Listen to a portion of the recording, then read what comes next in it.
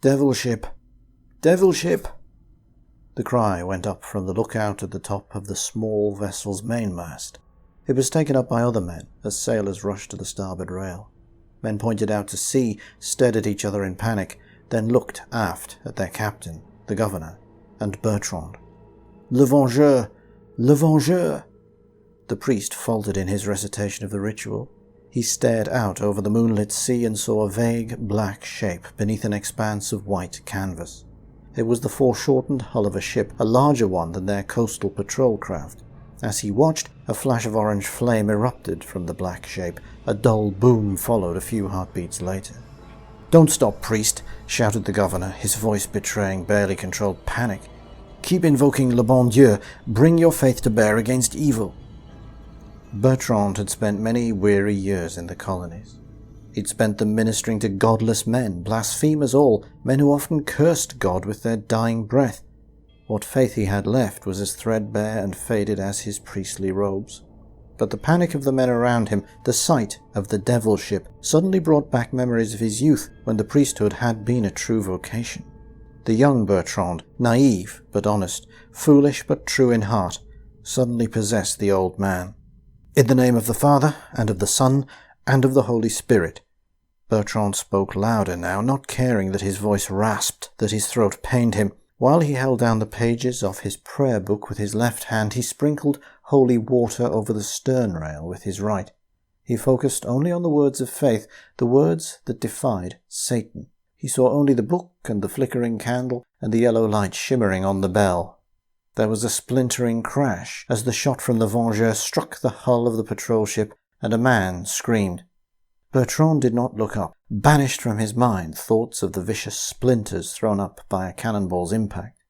He had had the misfortune to be on a ship in battle before, and dreaded the sharp wooden debris that accounted for so many amputations. Instead he chanted, finding his faith renewed as evil incarnate bore down on the little ship. He continued because goodness, here as in so many places, was weak and fearful and caught unawares, but it was still goodness, and must always stand against evil. The smaller guns of the governor's ship boomed out their reply, while Lemaitre's vessel grew closer. Bertrand did not need to look up to know the devil ship was gaining on them. The enemy's salvos grew louder, the crashes of direct hits and the screams of the wounded more frequent. Again and again the sudden impact of cannon shot ran through the planks beneath the priest's feet. Once he felt a spray of warm droplets and saw blood splatter the pages of his prayer book. He heard someone cursing in pain and recognized Dupont's voice. "We're nearly there, damn it!" The captain's words baffled Bertrand, and he almost stumbled over his prayer. But then he realized what the man meant. They'd almost circled the island, almost covered the coastal waters of Saint Isabel. If the exorcism had any power, surely it must manifest itself now. Bertrand turned the page, a reflex action, as by now he knew all the Latin phrases by heart. More guns boomed, more men screamed and blasphemed, the captain barked out frantic orders. The small craft started to turn, tacking against the wind, Bertrand thought, trying to escape the devil ship. It seemed impossible, and Bertrand suddenly wondered if he was going to die.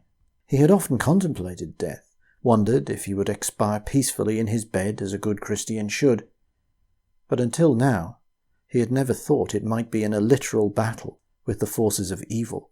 He waited for the cannon shot that would kill him, or the brutal flying splinter that would pierce his body. Or maybe Lemaitre's crew would board the patrol boat and the priest would perish from a pirate musket ball or a cutlass slashing through his throat. He stopped speaking, as the sound of firing was deafening now. Evil must sometimes triumph, he thought. It reminds us of our original sin, of the mark of Cain that all men bear. There are no guarantees in faith or prayer. I am content to face my Creator. Bertrand closed his eyes and thought of the Blessed Virgin, as was proper. Then he thought of his mother, a woman so many years dead, her kind eyes and her voice gentle even in reproof.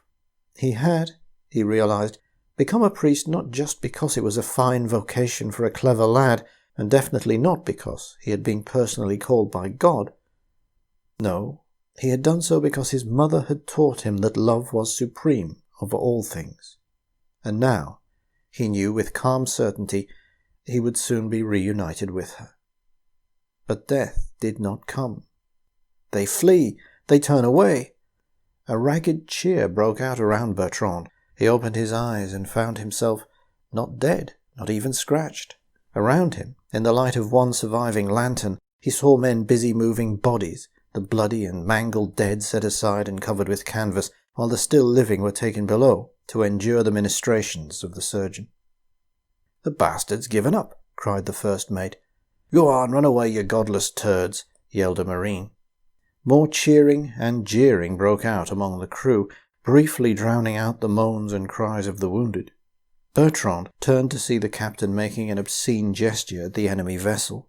The pirate ship was indeed veering off, its pale sails flapping wildly in the moonlight, following a drastic maneuver. The captain clapped the priest on the shoulder, shouted into his face, the man's breath heavy with onions and garlic, "You did it, father. You drove the bugger away with the power of Christ." The captain kept swearing in relief and triumph, while Father Bertrand stared out to sea, unspeaking. Soon the devil ship was lost to sight amid the dazzling glimmer of moonlight on the waves.